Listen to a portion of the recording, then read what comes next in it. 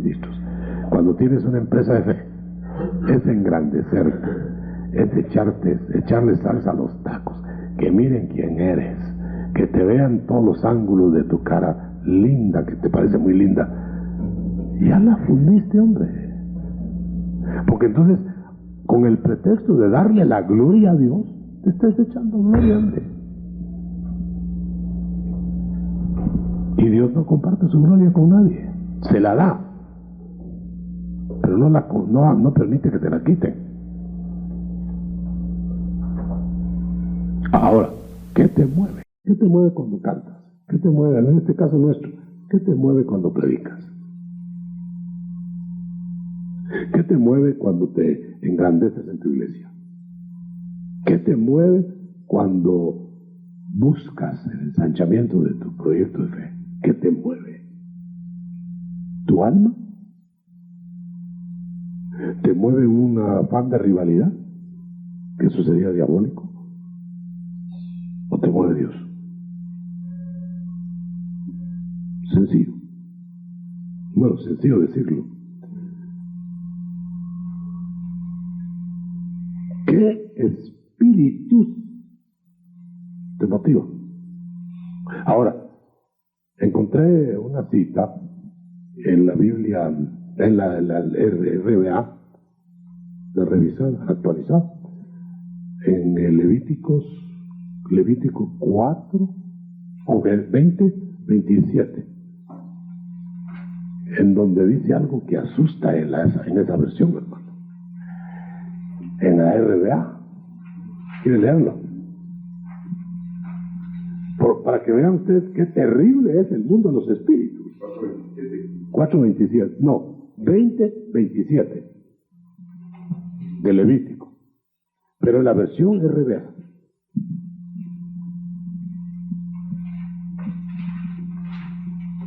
Por eso puse aquí, ¿qué espíritus te motivan? El hombre o la mujer en quien haya espíritu de los muertos, o que sea adivino. ¿Que haya espíritus o dice espíritu? Bueno, de los muertos, o que sea adivino, morirá irremisiblemente. Entonces, ¿es ese verdad? Entonces, como que hay otra edición, porque en la mía no dice así. En la mía dice: si hay espíritus de muertos en este hombre, o de adivinos. Espíritu de nigromante. Quiere decir que está hablando de que pueden influir espíritus de muertos, ¿bien? Y de vivos. Es que ese es el eje del asunto. Que puesto estar influido por un espíritu humano, no el tuyo o el de otro.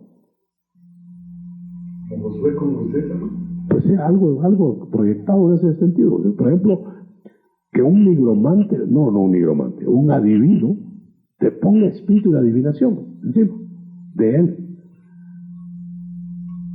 que te lo transmita. O un espíritu de un muerto que te invada. Es que esto es tremendo. Parece que hay varias ediciones de la RBA, porque en la mía dicen más claro.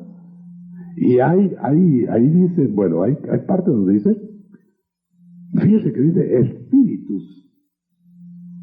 Entonces, deben haber enjambres de espíritus de muertos que están pugnando por entrar a ocupar la mente de un vivo. Ahora, ya no se cuestiona ni siquiera si los espíritus de muertos vienen a la tierra y están tratando de ver qué hacen. Eso está evidente, evidentísimo. Por eso hay espiritismo. Si nosotros, lástima no traje la versión que yo tenía, es una última que acabo de comprar de la RBA, y entonces ahí dice así como les digo. Entonces me vino a la mente que si hay espíritus de muertos, se está entendiendo como es de espiritismo, muertos paganos, deben haber espíritus de hechos ya perfectos, pugnando por nuestra mente, para ayudarnos. Dice otro, y en cuanto a un hombre o una mujer en quien resulte haber espíritu de medio o espíritu de medio. No.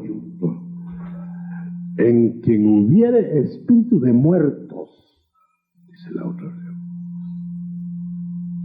o de adivino. Bueno, entonces, ustedes saben que Moisés dice, pon las manos sobre Josué, le dijo Dios, para que tu espíritu esté sobre él y sea eficiente como tú eres.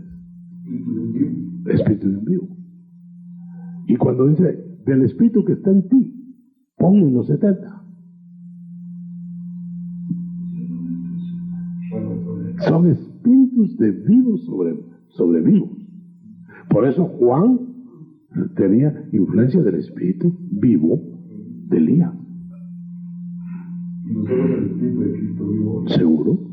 Entonces, de tal manera que nosotros, si nosotros no cuidamos la mente con la higiene mental, nosotros vamos a tener un taller, aún siendo de Dios, del diablo, un taller del alma, un taller de Dios,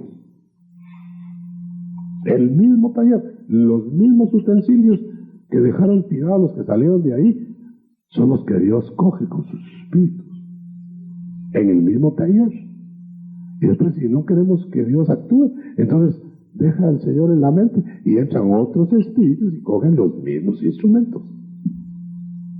No llevan nuevos. O sea que el mismo instrumento que está sirviendo para Dios puede estar sirviendo para el diablo en nuestra mente. ¿Qué espíritus nos motivan? Entonces, ¿se recuerdan ustedes cuando el Señor iba atravesando Samaria y que no le querían dar paz a los samaritanos? Entonces dice, que el Señor quiere que hagamos como Elías, que baje fuego del cielo y que va a chicharra a estos samaritanos tales por cuales. Ustedes no saben qué espíritu los mueve, les dijo el Señor. Ustedes creen que nada más es su deseo de venganza. No, los mueve un espíritu. Sí. Entonces, ustedes no saben de qué espíritus son, a qué espíritu pertenecen en este momento. ¿Y cuál espíritu era el que los motivó? Un espíritu de venganza, qué sé yo, de matar a los enemigos.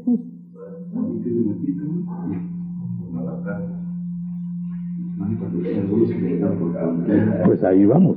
Entonces, cuando se predica por contienda, por rivalidad, por X, Y o Z, esos son espíritus.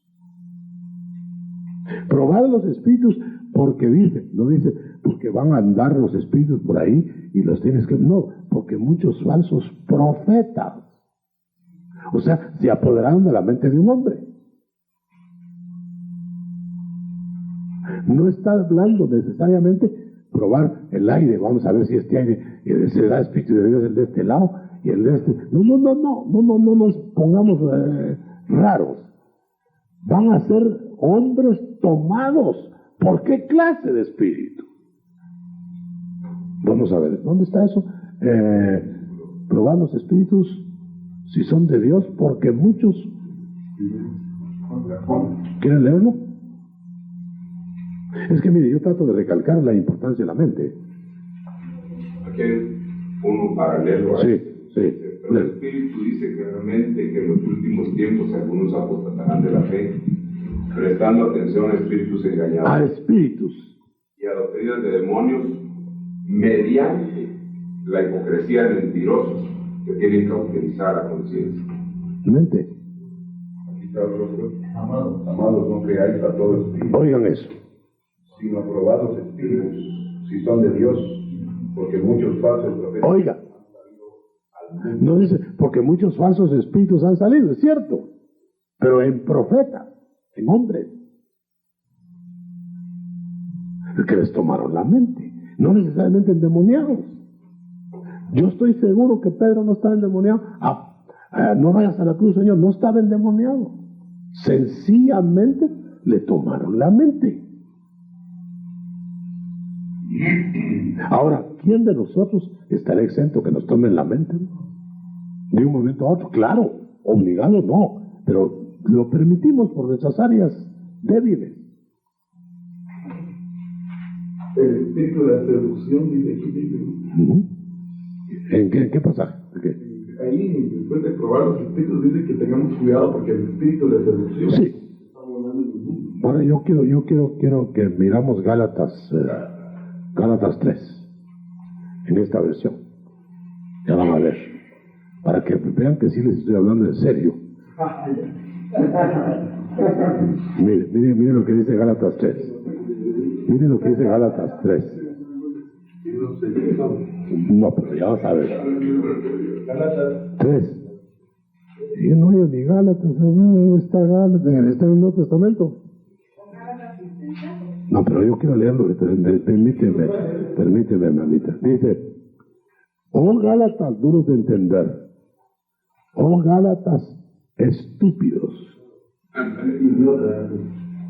oh Gálatas lentos de entendimiento, oh Gálatas, etcétera. Pero lo que me llama la atención, ¿quién os embrujó? Sí, embrujó. Versión Dios llega hoy, sí, es paráfrasis, pero no les recomiendo paráfrasis.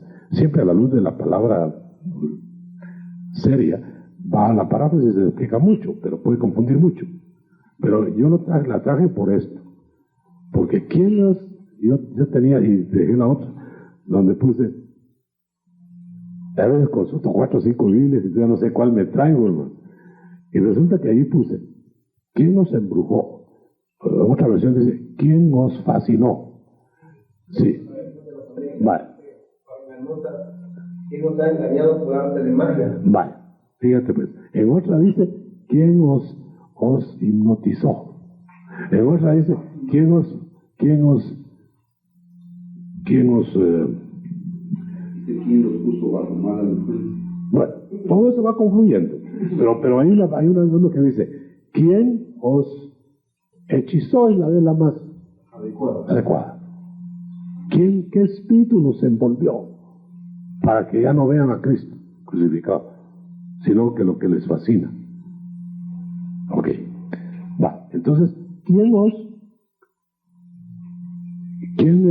nos embrujó para que a nuestra predicación no cale hasta presentar a Cristo crucificado? ¿Qué los embelezó más que un Cristo que se sacrificó por ustedes? ¿Sus intereses? ¿Lucirse? ¿Que los admiren? ¿Que digan, ¡oh, qué predicadorazo! Eso es lo que nos mueve. Ya la fundimos. Ahora, si en realidad, claro, estamos hablando no de una utopía, pero no estamos hablando de una cosa fácil tampoco. Es muy difícil estar uno químicamente puro en eso. Pero ¿hasta dónde pues da el equilibrio de no creernos nosotros más allá de lo que somos? El punto está, no nos estaremos sobreestimando nosotros. Y al sobreestimarnos, estamos menoscabando a Dios. Tampoco subestimarnos, porque somos útiles a Dios. Pero no tanto como para decir, bueno, Señor, mitad cada uno de la gloria, ¿verdad?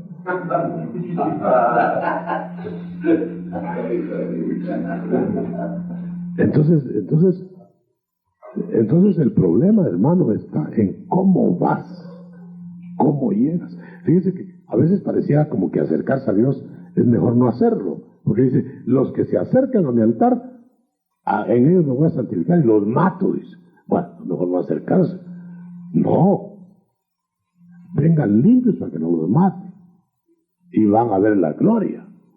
Pero si no, van a ver mis castigos, porque no va a castigar a los de la cola, a los de la retaguardia, va a castigar a los que se acercan, hombre. En ellos me santifico, dice. ¿Por qué le pide a los que van a pasar la cortina, ¿cómo se llama? El velo. No toméis vino si vas a pasar el velo.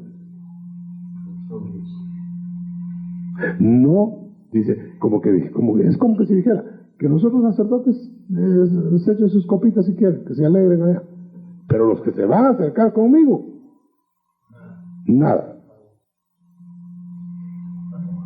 ¿Qué está diciendo? Porque puede perder uno la sobriedad con el vino, seguro.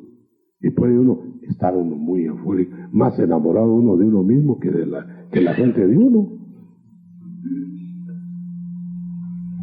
Bueno, eso es lo que ve usted por montones, hermano.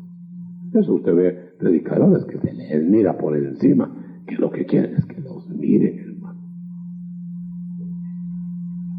Sobre todo si son galanes, ¿verdad? Hasta de perfil se ponen.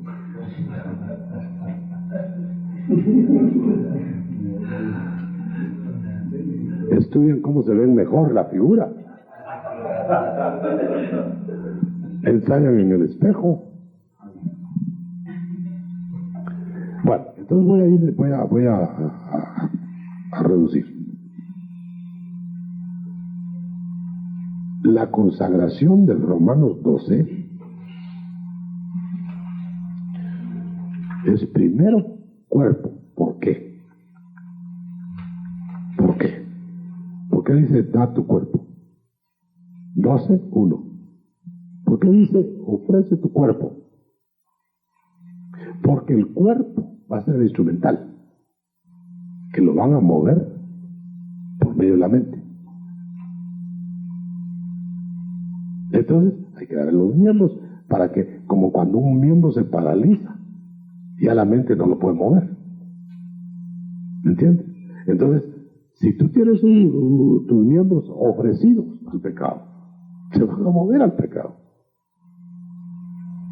Si tú los tienes dominados, van a estar paralizados al pecado. Y aunque quieras pecar, no te dejan los miembros. Yo sé de una persona, que una mujer que acababa de dejar cuando se convirtió, atractivísima, estaba loco por ella, la querida pues. Y cuando supo que había sido bautizado por el Espíritu de Dios y que estaba buscando a Dios, lo llevó a buscar a la fiesta, que él hizo una reunión de familia para despintarse de todo el pasado. Ahí estaba la señora reconciliada porque la había abandonado y todo. Y cuando estaba en lo mejor de la reunión, eso él mismo me lo contó a mí, llegó la querida a querer resucitar el amor. Entonces dice que él volvió a vivir. Cuando la vio, pues era loco por ella. Volvió a removerse el pecado. Y dice que la vio y se descompuso, ¿verdad? Y ya me imagino a la señora qué cara le debe haber visto. Y entonces dice que la mujer se abalanzó sobre él en plena reunión. Es lo que quería hacer en la escena. Se abalanzó sobre él para abrazarlo delante de la esposa. Dijo, aquí me lo gano de nuevo, como sabía lo que la quería, ¿verdad? Y dice que él sintió el amor prohibido otra vez. Y quiso abrazarla. Se le paralizaron los brazos. Y se quedó así, dice, él me contó, se quedó así. Y la mujer, y él, y la mujer pensó que él la iba a abrazar. Y dice que él tuvo la intención, inclusive. Pero él deseaba dejar todo eso. La intención, sí. Pero tuvo el toque del Espíritu que le movía antes. Y entonces lo que hizo el Señor fue paralizarle los brazos. Entonces la mujer se sintió afrentada. Y le pegó una insultada y salió corriendo. Nunca más la volvió a ver. Porque se quedó con los brazos. ¿Qué tal si la abraza? Entonces por eso hay que dar los miembros. Por eso dice, primero te pide el cuerpo. Da tu cuerpo, dice. Dame tu cuerpo. Y en otra porción de Romanos dice, si tú no ofreces, dice, si tú ofrecías esos miembros con gusto al pecado, ¿por qué no los ofreces ahora con gusto al Señor? Dice. Se los niegas al pecado, pues, en otras palabras. ¿Por qué salió corriendo José en Egipto? De la casa de Potifar. Porque él dio su cuerpo, pero le flaqueaba el cuerpo y salió huyendo. Si él se queda, peca. Pero dio su cuerpo a las burlas de lo que fuera, a la afrenta, y se neutralizó el ataque. La mejor defensa contra eso es huir. Por eso yo no creo en aquellos que dicen: ay, hermano, ayúdenme a orar, fíjese que hay una mujer que me asedia, y siempre pasan por la misma calle.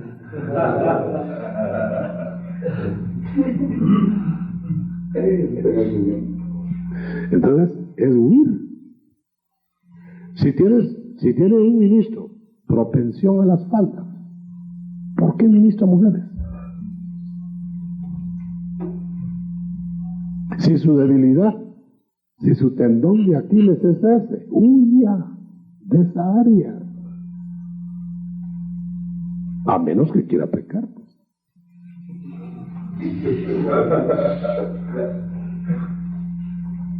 Porque se está pecando en la mente. Y lo demás, la caída es fácil. Mire, yo le podría contar casos de un hermano bonito, hermano. Viera cómo estaba de consagrado, hermano. Y en eso se le metió a ir a consagrar a una hermana. Y la visitaba en la casa de su papá, correcto. Estaba ganándola para el Señor. El papá era un cristiano, encantado de que el joven fuera a alentar a su hija. Iba a administrarle. Al poco tiempo se casaron. Y había dejado la otra novia. Bueno, pero el punto es este. ¿Qué pasó? Que estaba enamorado de ella, o tal vez se fue enamorando de ella. Y la administración no era tal. Pero ahí no pecó. Ah, no pues. Con seguridad que no. No, por no decir completa la historia. Si los tuvieron que casar. Vale, entonces ahora sí ya cambió. O no pegó ahí tampoco. Entonces, el punto es este, hermano: entregar el cuerpo. Porque la mente no va a actuar sin cuerpo, aunque puede pecar pecados no del cuerpo. Ese es otro detalle. Por eso vamos a ver lo siguiente. Porque ahí se entregó el cuerpo. Ahora dice, ahora cambia tu mente. Ahora está entregando el alma. Ahora dice, ahora, si quieres vivir de otro modo, piensa de otro modo. Dice. Verso 12:2 de Romanos. Romanos 12:2. Pero en esta versión, y en otras que vi, pero esta es la que más me gustó. No camines según los criterios de este presente siglo. No vivan así. Cambien su manera de pensar para que así puedan cambiar su manera de vivir. Vaya, yo les pregunto a la luz de esta versión, ¿cómo puede uno cambiar su manera de vivir si no cambia su mente? Y acuérdense que yo lo decía el domingo, creo que en la iglesia, hay 2 actos y un proceso. Los 2 actos son finales y el proceso es en medio. Bueno, voy a explicar. El primer acto, nacer de nuevo. Eso es un acto, eso no es un proceso. La gestación será un proceso, pero el nacer es un acto. No se está haciendo los 9 meses. Se nace. Ok, proceso, un acto. El otro acto es resucitar o ser transformado en el cuerpo. Eso va a ser un acto. No es proceso. El cuerpo no se va, más bien se va gastando, pero va a haber un momento, un acto. Ahora, el proceso está entre los dos actos, que es el del alma. El alma sí es un proceso.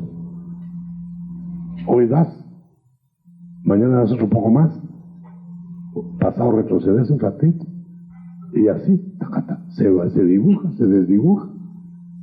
Dice en esta versión, dice, hasta que se trabaje en nosotros, dice, hasta que cuando venga la mutación,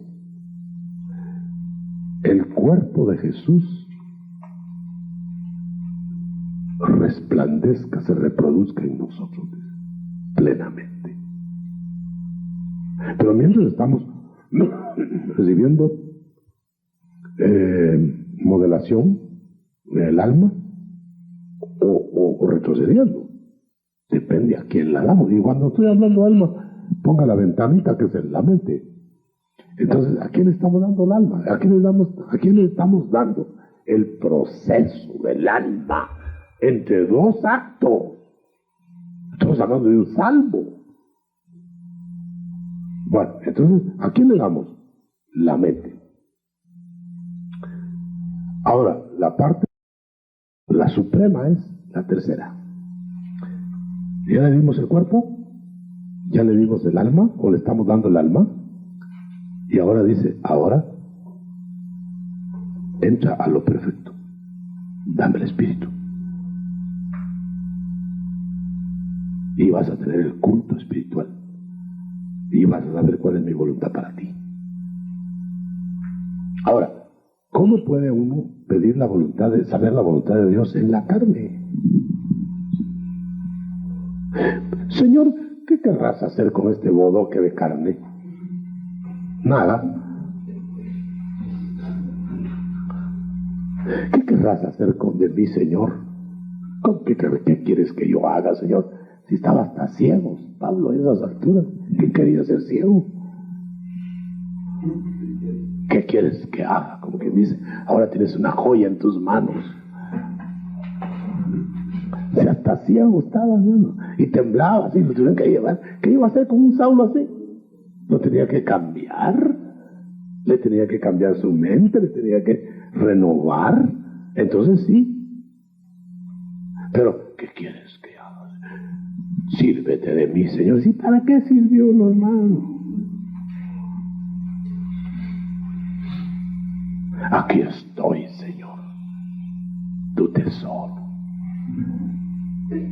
Yo digo que no hay que subestimarse, pero tampoco sobreestimarse. Y apareciera como que si uno no está, no camina nada, ni el proyecto de Dios camina. Somos necesarios, pero no indispensables. Definitivo. Bueno, verso 12:3. Por el encargo de Dios que Él me ha dado en su bondad, digo a todos ustedes que ninguno piense de sí mismo más de lo que debe pensar. Más bien, piense con equilibrio. Ni se menosprecie ni se aprecie demasiado. Hermano, la gente no es tan tonta como uno cree. La gente le detecta a uno y ya, sobre todo cuando está en espectáculo en el púlpito, las intenciones que uno lleva. No todos, ¿verdad? Hay quienes no distinguen ni filo de su nariz, pero hay gente que nota. Raro, dice, mi hermano es raro. Se está haciendo show. Acabo de presenciar una persona que no era de santo de mi devoción por sus adornos. Fui a una iglesia y a él le tocó dirigir. Muy fuera de aquí, no va a creer que es una iglesia de aquí. Y este hermano hizo un show, hermano, para que yo lo viera. Pero mírenme, por poco me salgo, ¿no? Él estaba haciendo, iba a mirarme, me cayó mal, peor, salió de ahí, porque dije yo, y a mí me hace show. Oye, creo que espiritual. Llegué a una iglesia muy lejos de aquí, de Guatemala, y es una noche, hermano, gloriosa, tremenda. La gente lloraba y se rebotaba, y se sube el pastor, hermano, a hacer un show. Se paseó en todo. Y lo peor del caso era que me miraba otra vez. Yo ahí mejor me hubiera quitado de ahí. Y le ponía la mano y me miraba como dice, mire, cada vez como le queda el ojo. Y tumbaba a la gente de un empujón. Y al otro le iba de mirarme, así de reojo. Ahí sí me salí. ¿Qué dirá Dios si a mí me cayó mal? ¿A quién le hacemos las plantas del púlpito?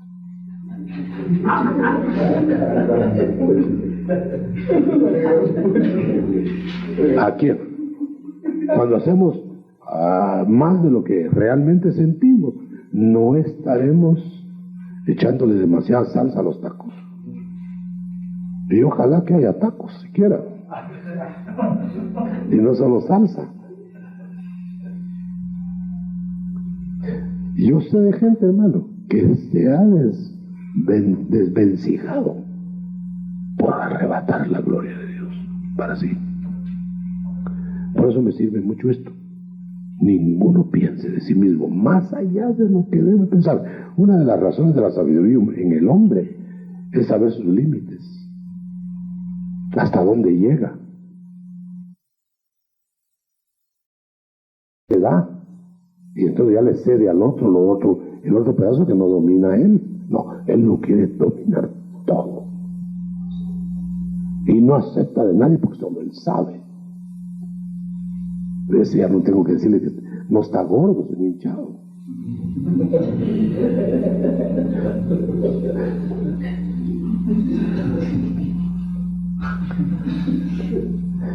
Desgraciadamente el que no es gordo es chibolón. El que no es gordo es chibolón.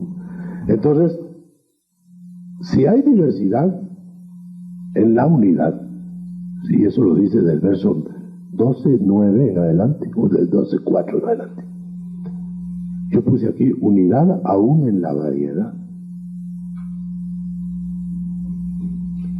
Si alguien va a hacer una cosa y otro va a hacer otra cosa, tolerémonos y que cada uno haga su especialidad.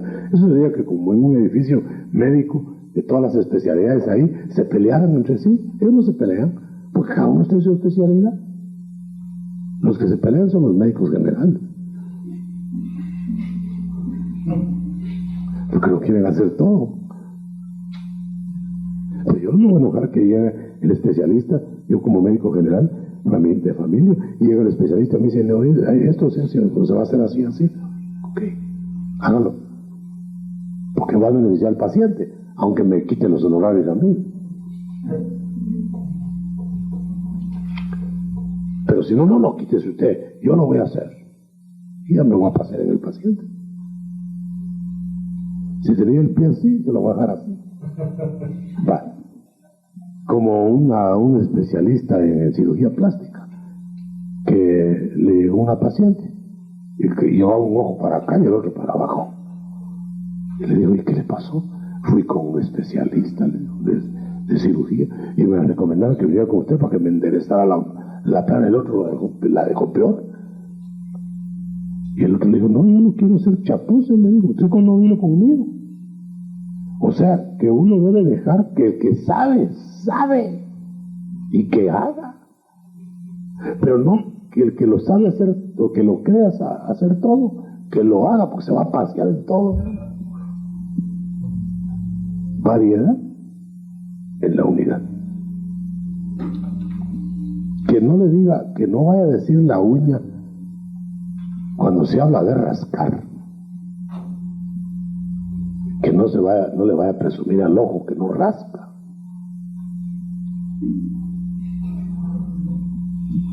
Que no le vaya a presumir el ojo a la uña que no ve, porque cada uno le toca su pedazo. Para rascar no sirve el ojo, hermano. Y para ver no sirve la uña. Pero es el mismo cuerpo, se complementa.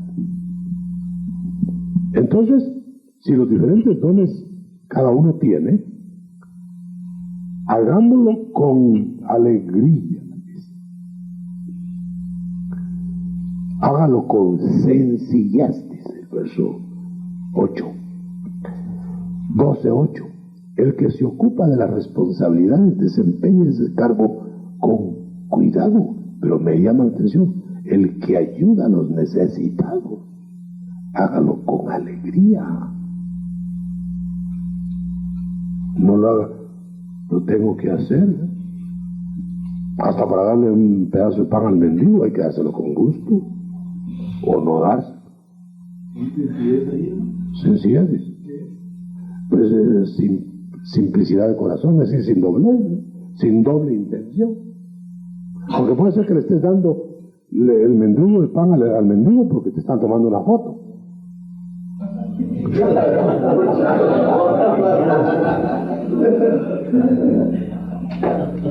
Por eso dice el Señor, no que no quiera que se sepan las cosas, pero dice calladamente, que ni tu izquierda sepa lo que hace tu derecha, porque eso sí es discreción. Le voy a llevar los 20, no los 10. No le voy a dar el 10, me voy a dar el doble. Y entonces hasta la cara transfigura. Decía un predicador famoso de televisión, hasta cuando hago mis ejercicios en la mañana, voy orando. Fíjese, y a mí me dijeron, detrás de eso, si él orara entre la puerta y el altar, y no solo en el púlpito, sería diferente. Y al poco tiempo se fue de cabeza. Aquel que dice que hasta para correr su vuelta matinal, iba orando, así decía él, que iba orando, mirando para todos lados.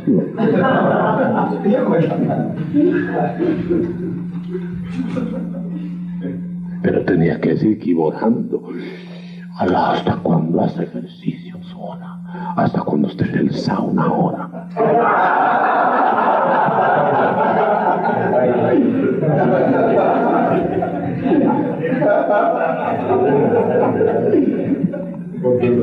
Miren, mis hermanos, la sencillez no se pelea con nadie. Lo que pasa es que al sencillo lo creen tonto. Entonces uno quiere pasarse de listo. El sencillo no brilla, no luce. ¿Y a quién no le gusta lucir? Que levante la mano, que esté limpio de nosotros. Ninguno. Siempre hay un ego que... yo conocí un varón, hermano, que tiene unas revelaciones, pero fabulosas, tremendas. Pero lo peor es que él mismo ya lo sabe.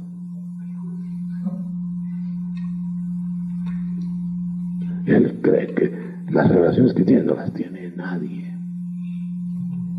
Mejor si no lo supiera y las tuviera. Porque entonces ya el ego crece. Mire, si hasta el sencillo y humilde de Juan el Bautista rivalizó con el Señor, hermano. Fíjese, ¿hasta dónde llegaría su ego? Entonces, ahora nosotros, parece que a Juan le cansó estar ahí encuevado y todo.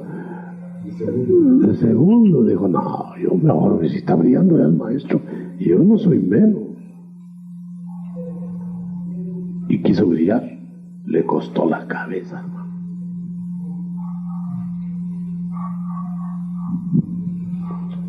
Te puede costar la corona, tal vez no la cabeza, sino la cabeza con corona. Te puede costar. Si te arrogas la gloria de Dios.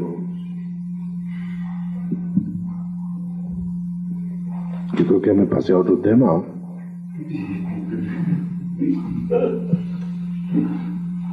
Entonces, ¿a quién le das tu mente? Perdone que lo diga así, ¿taller de quién es tu mente? Ah, no, hermano, yo soy un santo, yo soy un cristiano. Sí, cómo no, yo no estoy discutiendo eso. Lo que estamos discutiendo es si el cristiano podrá tener su mente como taller de Satanás alguna vez o no. Sí. Y hay quienes se mantienen prestándole el taller a Satanás. Y lo peor es que no renuncian al pastorado. Perdona, solo, déjame que diga esto. Ahorita te doy la palabra. Saúl no le quitaron el reinado, pero qué reyesito loco dentro del palacio. Dime. Estaba viendo en el primer libro de Crónicas 21:1, dice que David le prestó la mente a Satanás. ¿Ah, sí? Eso que hizo. Ah, ¿cómo no? ¿Cómo no? Y después él se echó la culpa cuando Satanás visitó a David para afectar a Israel, a las ovejas. Y dice en el verso 7, y David dijo a Dios: no soy yo el que ordenó enumerar entre el pueblo, ciertamente yo soy el que pecaba y orando perversamente. Sí. Pero estas ovejas, ¿qué han hecho? O sea, que era para afectar a las ovejas. Muy interesante el pasaje porque hubo dos censos. Un censo correcto y un censo incorrecto. Entonces es, ¿qué motiva a hacer el censo? Es el problema, no era el censo. El motivo. El motivo primero fue que Dios quería ver con qué pueblo se contaba.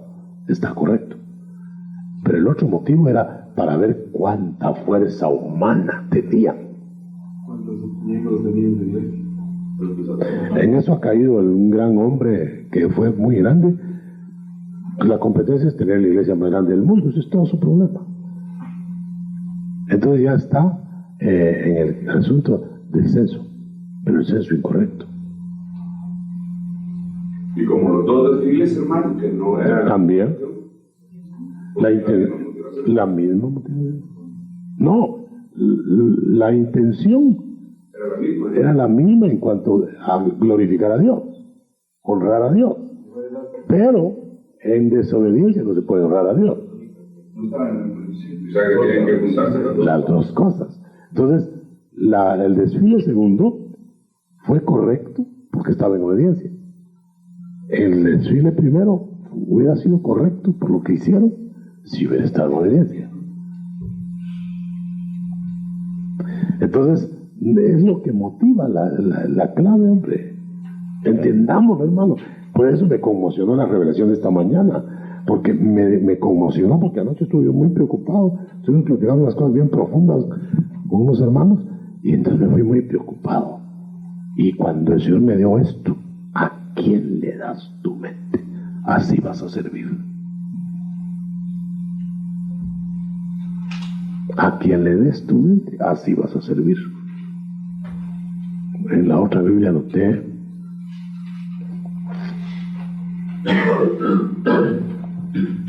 ¿qué corriente te mueve? Así sabrás a dónde vas a llegar.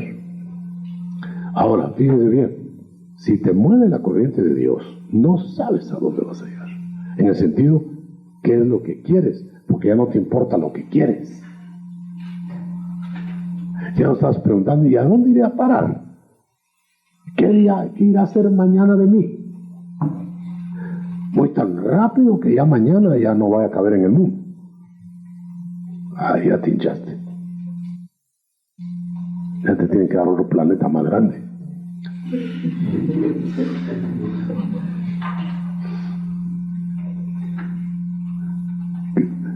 Fíjese bien, que si la corriente de Dios te mueve, tú no sabes a qué lado, a qué punto de la ribera contraria vas a llegar, porque te va a llevar la corriente. Ya lo dice la Biblia. El que es movido del Espíritu, dice, no sabe el viento para dónde lo lleva ni de dónde viene. Pero el que está con sus gustos personales, el que cultiva su ego, sí sabe para dónde va, para su grandeza. Eso se llama no flotar en el río de Dios, sino caminar en su carne. Es muy proverbial, sobre todo en el norte, vea que tienen tanta plata. Los van a enviar de misioneros. A cuerpo rey. A cuerpo rey. Y no está malo si no estuviera, si estuviera bueno no estaría mal. Pero ellos buscan dónde y cuánto van a ganar, si hay escuela para sus hijos, si hay escuelas bilingües, si no hay mosquitos, si no hay paludismo, si hay hoteles aunque sea de 5 estrellas, si hay, todo lo miran. Entonces, ¿a dónde van? Van a su grandeza. Pero pongámoslo más sencillo. Hasta que flotamos en el río de Dios de Ezequiel, la corriente nos lleva. Mientras no flotemos, nos llevan nuestros pies en el lodo, hermano, del fondo. Dígame usted, por muy poco que asentaran los pies en el río de Dios, asentaban un poquito y se empujaban para donde querían. Aunque no del todo, pues tocaban fondo y se pegaban el empujón para donde querían llegar. Porque querían llegar allá y no allá. Ok, pero flotando, ay, ¿qué te importa si la corriente te lleva? ¿A dónde vas a ir a parar? A saber, Dios sabe. Eso es muy difícil realizarlo sin vaciarnos. Dicen que para flotar, yo nunca pude flotar en el agua, hermano, y sé nadar, pero nunca pude flotar así. Me sentía que me ahogaba y daba la vuelta. Nunca pude flotar. Dicen que para flotar hay que ponerse flácido, hay que, no sé qué hay que hacer porque nunca lo pude hacer. Va. ¿Qué es lo que hay que hacer? Están conferenciando ahí qué es lo que hay que hacer, ¿verdad? Pero que de una vez se abandona uno. Yo nunca lo pude hacer. Nunca me abandoné, pues. Por eso los salvavidas, cuando alguien se está ahogando, mejor le pegan una trompada para que no se ahogue. Y lo noquean. Ahí lo sacan así colgado. Porque estaba pataleando y se iban a ir los dos al agua, al fondo del mar. Entonces el Señor te quiere salvar, pero no patalees, hombre. Te van a meter una trompada que con todo y quijada se va a ir la mano.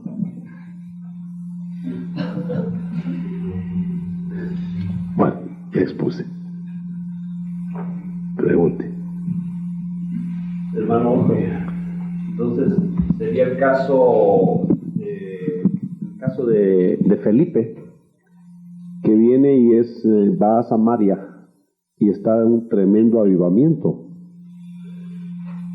Y cuando viene el Espíritu Santo le habla, él obedece pues, y deja el tremendo avivamiento, que él era el centro de aquella ciudad, y él...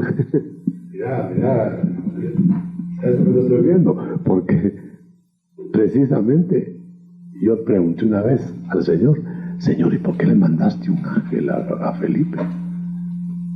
Y a nosotros no nos mandan ni un mandadero. Porque si yo le envío, me dijo el Señor, el Espíritu, si yo le envío un hombre a quitarlo de ahí, no sale de ahí. Estaba muy bien ahí. 10,000 de diezmos cada día, hermano. Bueno, entonces, ¿qué? ¿Que me vayan de cierto a hablar con un negrito? No, estoy muy bien aquí. Pero como era un ángel... No, de ahí no se lo llevaron vía aérea. Ahí son con sus propios pies. Vale, entonces se fue porque el ángel lo sacó. Con esto quiero decir que debe ser difícil dejar el ego. Pero ya no es cierto, es el espíritu el que dio. Pero ya después de haber pero la ayudita que le dieron fue que fue un ángel. Buena ayuda. Le iba a decir a uno, mire usted, deje su iglesia, ya está bonante usted, ahora vayas a empezar una obra por allá. ¡Ay, mamolas que va!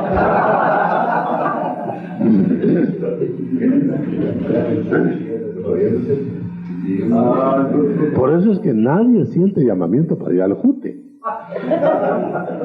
Pero todos sentirían aquí, no hay que orar mucho.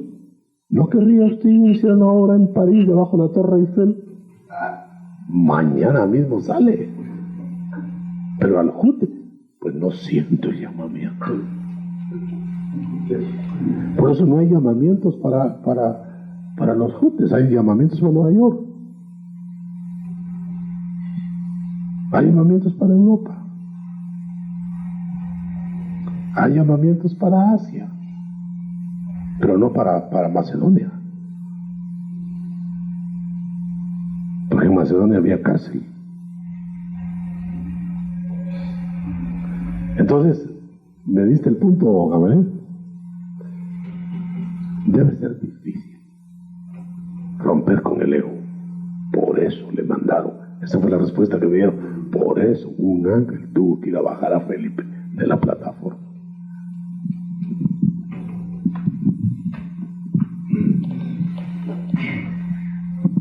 No es excusa, tampoco vamos a soltar el ego. Hermano Otto, estaba viendo en el libro de Romanos que hay 3 entregas que Dios hace. Digamos, primero dice que entregó a los hombres a la impureza porque cambiaron la verdad de Dios por la mentira. Después los entregó a pasiones degradantes porque sus mujeres cambiaron la función natural por la que es contra naturaleza. Pero por último dice que los entregó a una mente depravada, porque no quisieron tener en su mente a Dios. Él decide. Pásame, muy buen puntacho. Bien. Miren, mi hermano. Hablábamos ayer de qué es lo que mueve el cuerpo, la química sanguínea, los estrés, los adrenalinazos, etc. El parasimpático, el neurovegetativo, que desconecta la mente para vivir en una emergencia, para vivir una emergencia. Pero no podemos vivir en una emergencia continua. Entonces entra la mente. Pero parece que las desconexiones químico-sanguíneas superan a la mente. Si no cortaran, con la mente nos morimos. Pero con desconectaron, actuó la emergencia y nos salvó la vida. Sin adrenalina no se salvaría uno de muchos problemas. Ahora, pero noten una cosa. Dios ha permitido, por eso dice que leí un pasaje, dice que va a cuidar nuestra mente, si la queremos higienizar. Entonces Dios no va a permitir que la mente sea vulnerada sin el permiso nuestro. Es decir, la tenemos que dar. Fíjense que a Cristo mismo le pidieron en Getsemaní que diera su voluntad, no se la arrebataron. Y yo siempre he dicho, la Evita de Génesis no la arrastró el diablo, se la llevó platicando, hermano, la convenció. Entonces tenemos esa defensa, que la mente la podemos negar, pero desafortunadamente también se la podemos negar a Dios. El pasaje de Isaías, hermano, dice: Él guardará en completa paz aquel cuya mente en ti persevera. Bueno, entonces yo creo que la lección central de esta mañana es a quién le damos la mente. Esa es la clave.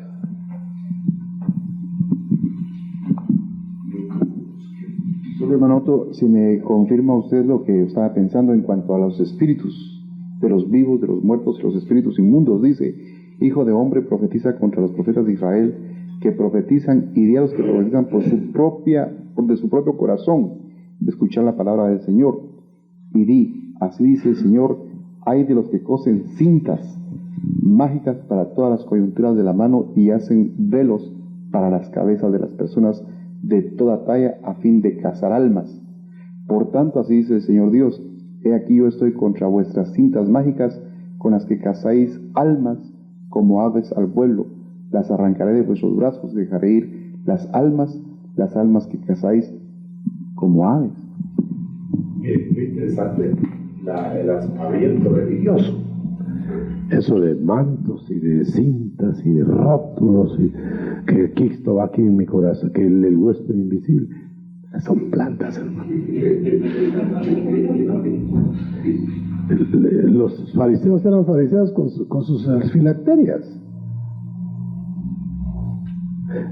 Porque es un aspaviento, manto de piedad para cazar alma. Entonces es rapiña, solo que con manto. No es el lobo, es un lobo pero con manto de piedad. Yo sospecho mucho de la gente aspavientosa. No porque yo tenga que ver con eso de que sospecho, no. Pero el aspaviento siempre es una exageración de algo que, generalmente de algo que no se tiene. El que lo tiene, lo tiene, se ve. El que no lo tiene, lo inventa, hombre. Porque no se quiere quedar sin nada. El ego es el enemigo más grande. Si Martín Lutero decía, sin que yo sea luterano, decía, yo le tengo más miedo a Martín Lutero que al diablo, decía Martín Lutero. Y tenía razón. Porque dicen que era mal hablado, cervecero, tal vez no tanto fumador, pero Spurgeon era fumadorazo y medio. Y eran siervos de Dios, hombre, que no habían acabado de rendir sus almas. Entonces Martín Lutero sabía que su más grande enemigo era él mismo. Por eso yo insisto, hermano, la salvación no te la pueden quitar, pero tú la puedes devolver, porque tu enemigo más grande está dentro de ti. Y no se escapan, ni los ministros no nos escapamos de eso. Tengamos mucho cuidado con el ego. Usted mencionaba de espíritus que pueden ser ministrados por gente viva o inclusive por gente muerta.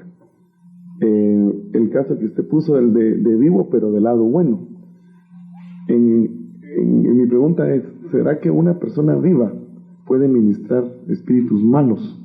Fíjese que cuando Sansón estaba con Dalila, dice la palabra de Dios que Dalila era originaria de un lugar que se llamaba Sorek, y Sorek quiere decir es la ciudad del vino extraño.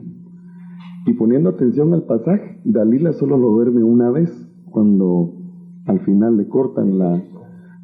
¿verdad? Entonces, lo que a mí me asombraba es que las dos primeras veces, antes de que lo durmiera, Sansón le decía las formas de cómo lo podían atar de manos. ¿Cómo era posible que una persona lúcida le estuviera diciendo las formas de cómo poderlo atar si no habría algún tipo de embrujo? Entonces mi pregunta es, ese vino extraño que le dio Dalila, y de ahí la abstinencia de vino cuando el ángel le dice a su papá que ese no tenía que tomar, ¿será una especie de los espíritus que embrujan lo que usted acaba de decir, hermano? Hay mucho que hablar de eso. Noten ustedes que las dos primeras veces, la primera fue una ingenuidad no excusable de irse a casar con una filistea, porque parece que había plan ahí. La segunda fue pura carne, y por eso Dios no lo abandonó, ni en la primera ni en la segunda. La tercera fueron espíritus, porque ya se dejó envolver por los espíritus. Ya no era la mente había trabajado en gradas, la primera y la segunda. La tercera invitó a los espíritus. Ahí se acabó. Hermano, perdón, dice que Jorge me dijo cuando íbamos a Chiquimula, que en la Biblia Rotterdam, es que a lo que él me dijo, yo me quedé pensando, me puso a pensar eso. Dice Jorge que en nuestras Biblias dice que Daniel se abstuvo de comer las viandas de la mesa de Nabucodonosor, pero en la Rotterdam dice Daniel se abstuvo de ingerir las unciones de Nabucodonosor. Entonces como que Sí, ¿verdad, Jorgito? ¿Qué es? Entonces, de ese pensamiento me vino eso y el Señor me mostró eso de Dalila, que con un vino extraño emborrachó espiritualmente a Sansón. Eso con lo que me acabas de decir, de que lo que quiere decir la palabra, eso es una lección. Hay una lección. Si uno estudiara las palabras de cada simbolismo. Y las funciones. Seguro, pero eso de las unciones, eso es tremendo. Eran hechizos. Hechizos. Hechizo es algo que se ingiere por vehículo, líquido, gaseoso o sólido. Entonces lo estaban hechizando. Entonces él dijo, ¿quién? Ah, seguramente ese era un endemoniado, si no era bruja. Entonces la contaminación puede ser vehicular, hechicería, o puede ser por transmisión de espíritus. El vectorismo, que se llama, o sea, un vector es alguien que solo es vehículo, pero que no se daña, solo transmite, como el zancudo, que no es palúdico, pero transmite paludismo. Como enfermo, pero enfermo. Sí. ¿Qué es el espíritu de la mente, hermano? Bueno, son las emanaciones de la energía mental, es el espíritu de la mente. Ahora, porque la mente no es un espíritu, la mente utiliza emanaciones. Si se pudiera fotografiar la mente, habría un halo, un aura.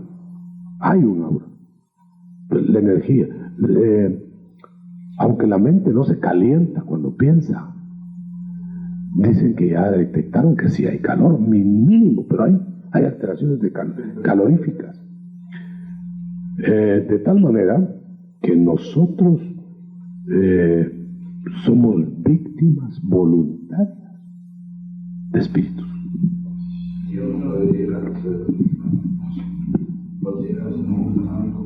Hermano Otto. Vamos a ir por el orden para irte completo.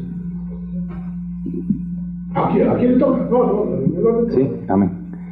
En cuanto a lo que... Si estamos diciendo que la mente tiene cierta influencia sobre nosotros, ya sea positiva o negativa, y que se manifiesta en el cuerpo. Entonces, como cuando leímos, creo que en el estudio pasado, que decía que lo que temí, eso me sobrevino, ¿verdad? Entonces, ¿qué influencia puede tener uno en cuanto a la pareja si dice que somos una sola carne con la esposa? ¿Qué tanta influencia puede haber lo que uno esté maquinando, deseando, ya sea cosa buena o cosa mala, puede influenciar a la pareja o ella en nosotros? Definitivo. Lo tenemos en Sansón, ¿verdad? La pareja influía uno el otro al uno. Estamos ligados, demasiado ligados.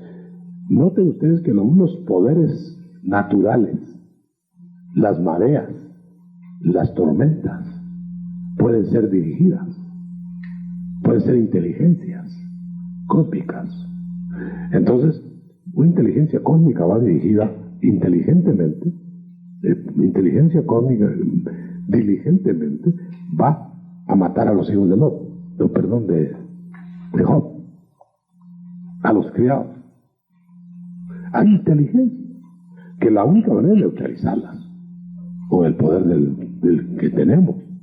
Ahora, cuando el Señor reprendió la mar en el mar de Galilea, estaba reprendiendo una inteligencia debajo del agua.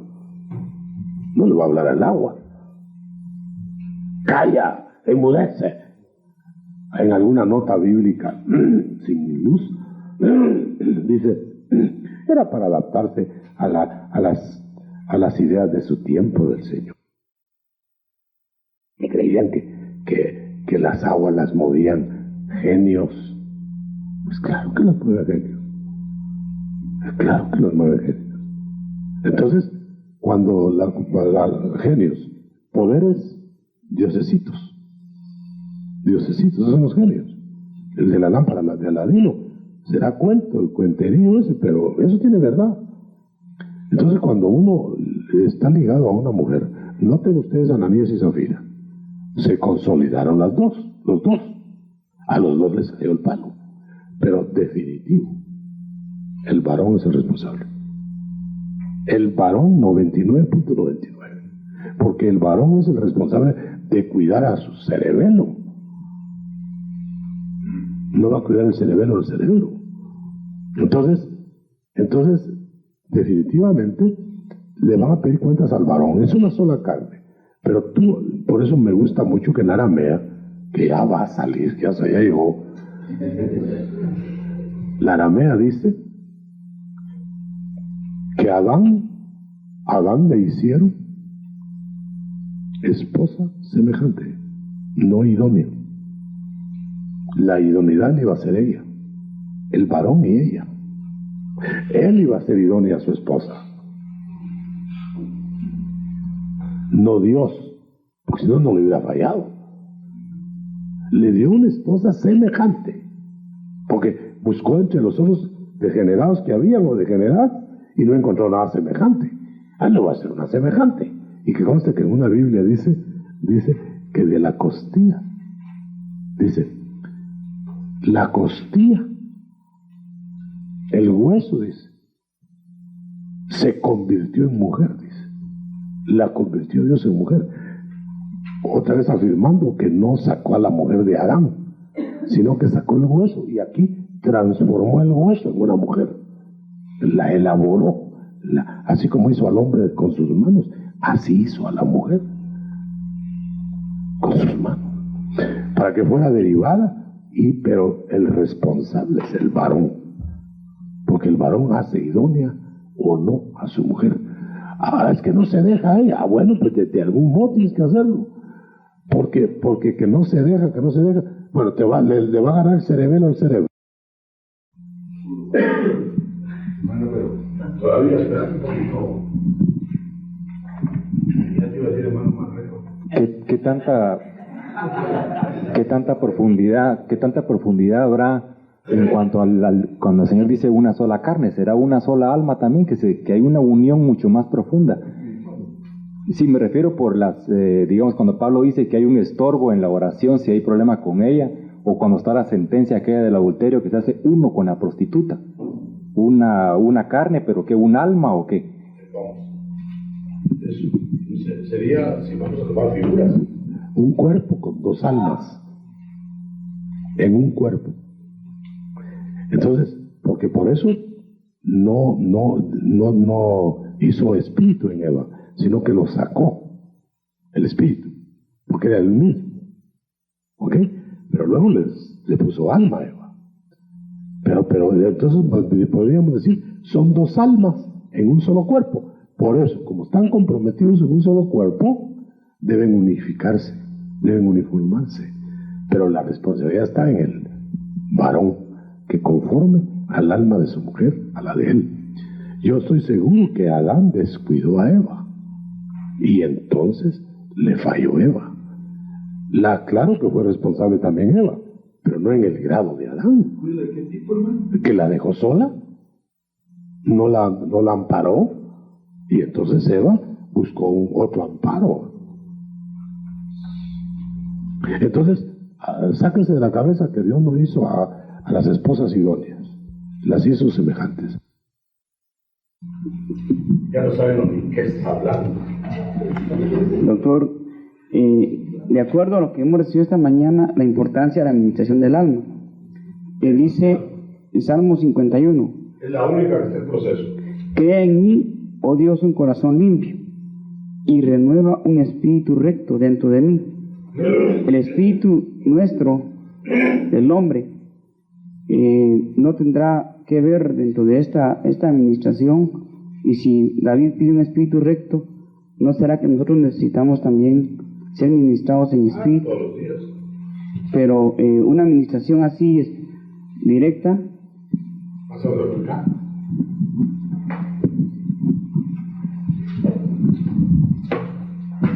Precisamente la mujer, para terminar de contestar la pregunta aquí, yo sigo ya. La mujer es otra alma, porque tiene su personalidad. Si el problema es que ya son dos personalidades en una. Entonces, cuando era uno solo, pues no se pedía permiso, ¿verdad? Uno a uno mismo. Pero ya con la señora ya son dos en uno. Entonces, si fuera una misma alma, serían tan idénticos que no habría problema. Pero son dos almas que tienen que vivir juntas, en un solo cuerpo. Por eso las necesidades del cuerpo son comunes a las dos almas. Ya no puede ser un independiente, de ninguna manera. Aún para buscar a Dios, tiene que ser de mutuo acuerdo. Ahora, fíjense que dice una cosa tremenda. Dice una cosa tremenda. Si nosotros creemos, porque es que me acaba de consultar un hermano, me dice, mire hermano, ¿qué será que las parejas en la juventud bajan cuando tienen novio o novia? Pues sí, es lógico, le digo, lógico. Ya se dividieron el amor entre el eros y el ágape. Pero eso lo permite Dios, le digo. ¿O no te acordás cuando vos andabas en esos calores? Porque ahora estaba rígido, pero él era uno de los libérrimos. Bueno, entonces le digo, mira, considera, hombre, considera. Entonces, no, esta pareja no está buena, que todos los doy 2 meses. No, si no somos dueños. A donde debe llegar uno de ministro en estas áreas de noviazgo, de matrimonio, es hasta medir el nivel espiritual de los posibles contrayentes.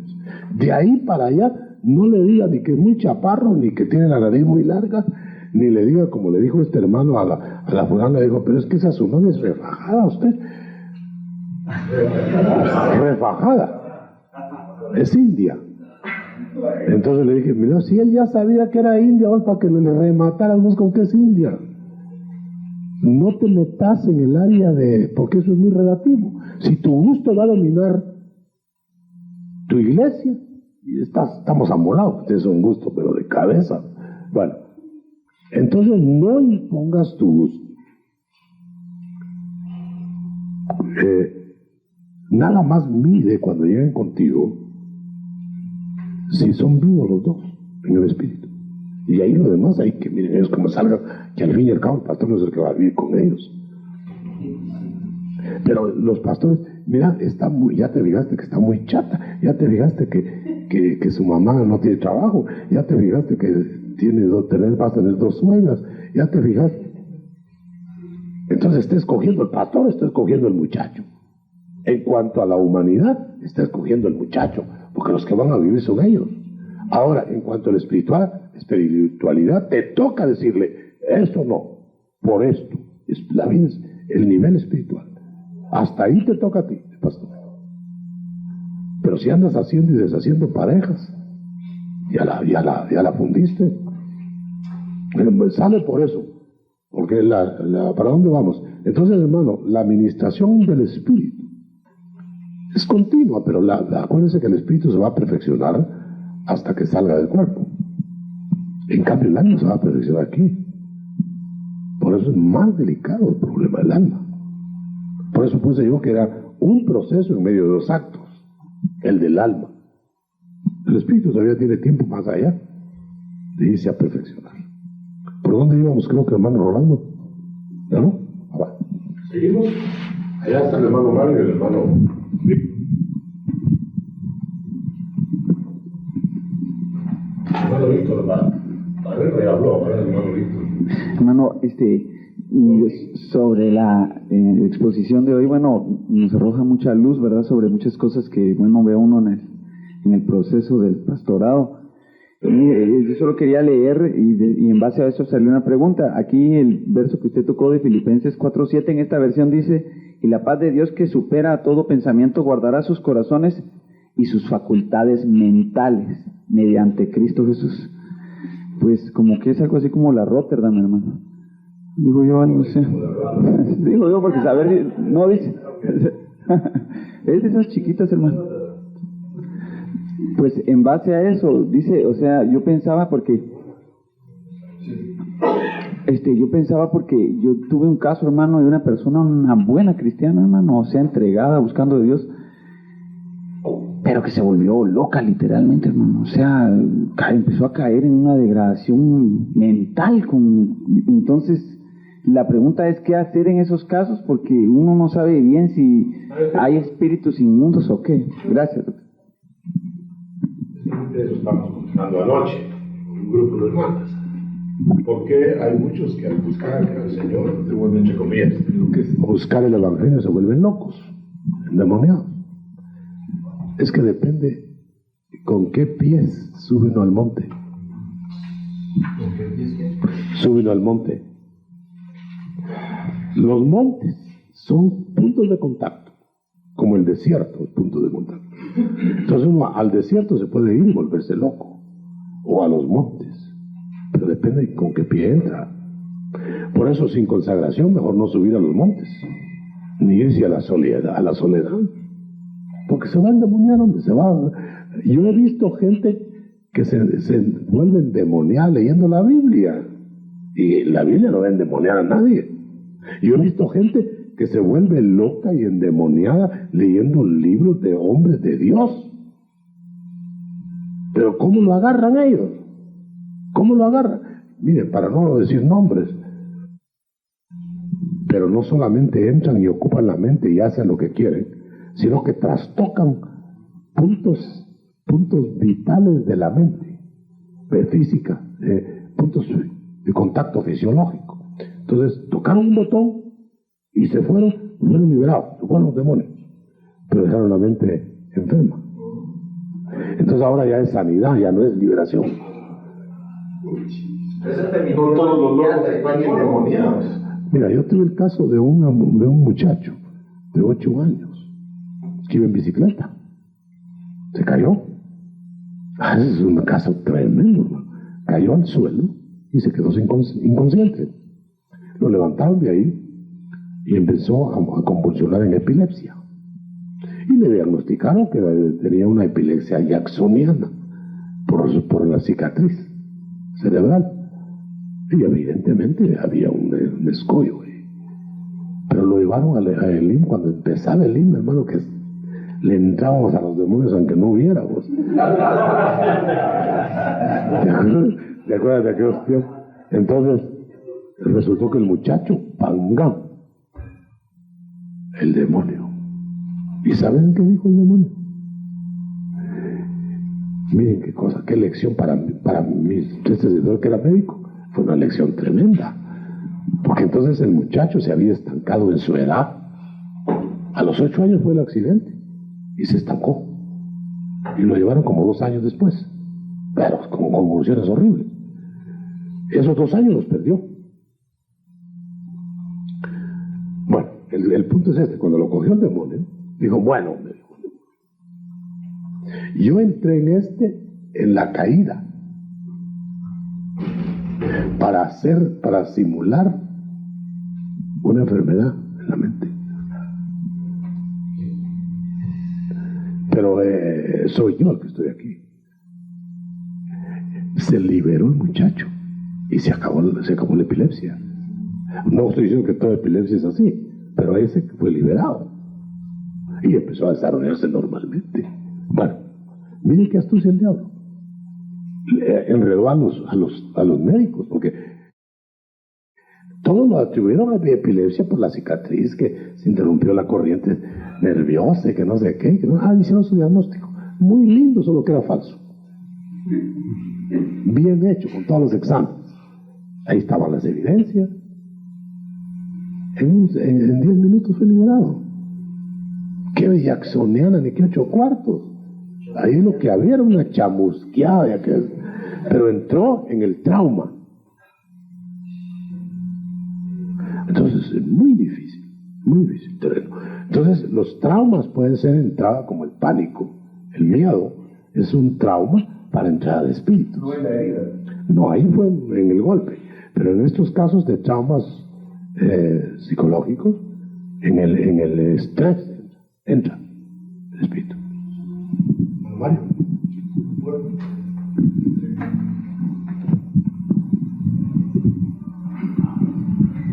Pero tú no te contestaba qué hacer. No, vamos, ¿qué hacer? Ese es el... ¿Qué hacer? Te pregunto yo. Entonces, hermanos, tenemos que ser muy cuidadosos, que a veces estamos nosotros luchando.